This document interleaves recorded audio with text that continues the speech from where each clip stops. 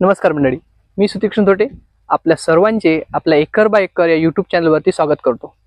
मंडळी, आता आपण जवळपास 6 हप्ते झालेले आहे आपण हरभरा पिकावर जे मार्गदर्शक गोष्टी आहे, जे आपल्याला वावरामध्ये करायच्या वेगवेगळ्या पद्धती आहे ते आपण करत आलेलो आहोत। तर मंडळी, याद्वारे आपण हे हरभऱ्याचे नियोजन करत असताना आपल्याला काय काय प्रश्न आले, कशा कशा प्रकारे आपण त्या प्रश्नाचे निवारण करत आहात किंवा कोणते कोणते प्रश्न आपल्याला सुटले नसेल, ते सर्व प्रश्न आम्हाला कमेंटद्वारे कळवा, जेणेकरून आम्ही सुद्धा त्या प्रश्नावर इतर शेतकऱ्यांशी संवाद साधून आपल्या प्रश्नाचे आपण उत्तर आपल्याला देऊ शकू। मंडळी, आपल्याला ह्या व्हिडिओमध्ये सगळ्यात महत्त्वाची गोष्ट जाणून घ्यायची आहे, ते म्हणजे जे आपण हरभऱ्याची शेंडे खुडतो याचे फायदे काय। कारण की शेतीमध्ये कोणतीही गोष्टी करत असताना आपल्याला त्या गोष्टीचे फायदे तसेच त्या गोष्टीचे तोटे आपल्याला माहीत असले पाहिजे। तसेच ते गोष्ट कशा पद्धतीने करायची हे सुद्धा माहीत असणे तेवढंच आवश्यक आहे। तर मंडळी, मी सुतीक्ष्ण तोटे आपल्या सर्वांचे पुन्हा एकदा या व्हिडिओमध्ये स्वागत करतो। व्हिडिओ नक्की पूर्ण बघा, व्हिडिओला लाईक करा, आवडल्यास शेअर करा, तसेच चॅनलला सबस्क्राईब करणे बिलकुल विसरू नका आणि आपल्या मित्रमंडळींपर्यंत सुद्धा हा व्हिडिओ पोहोचवा। मंडळी, आता जवळपास आपण सांगितल्याप्रमाणे 6 हप्ते आपल्याला होत आलेले आहे। आता 40 ते 45 दिवस झाला हे कालखंड झालेला आहे आणि आपला जे हरभरा आहे हे चांगल्या प्रकारे वाढीस सुरुवात झालेला आहे।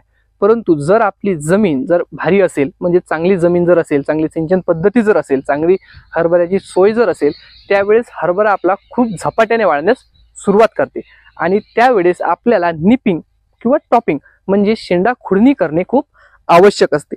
आता आपल्याला ही खुडणी करणे का आवश्यक आहे हे सगळ्यात महत्त्वाचा प्रश्न आहे। कारण या आता जर आपण याची शेंडा खुडणी जर केली तर फूल लागण्याचे प्रमाण आपले वाढते, हे पहिला फायदा।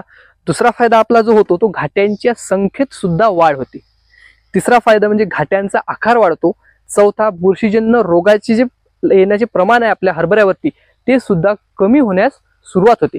तसेच जर पिकावर जर मॅलिक ॲसिड असेल तर त्याचे प्रमाणही शेंडा खुडल्याने कमी होते। त्यामुळे मॅलिक ॲसिड जे आपल्याला किडीला आकर्षित करते त्याच्यापासून सुद्धा आपण बचावू शकतो। तसेच कोण्या कोण्या भागामध्ये हरभरा आपण भाजीसाठी सुद्धा वापरतो, तर त्यावेळेस भाजी आणखी चवदार होते आणि आपल्याला स्वाद येतो।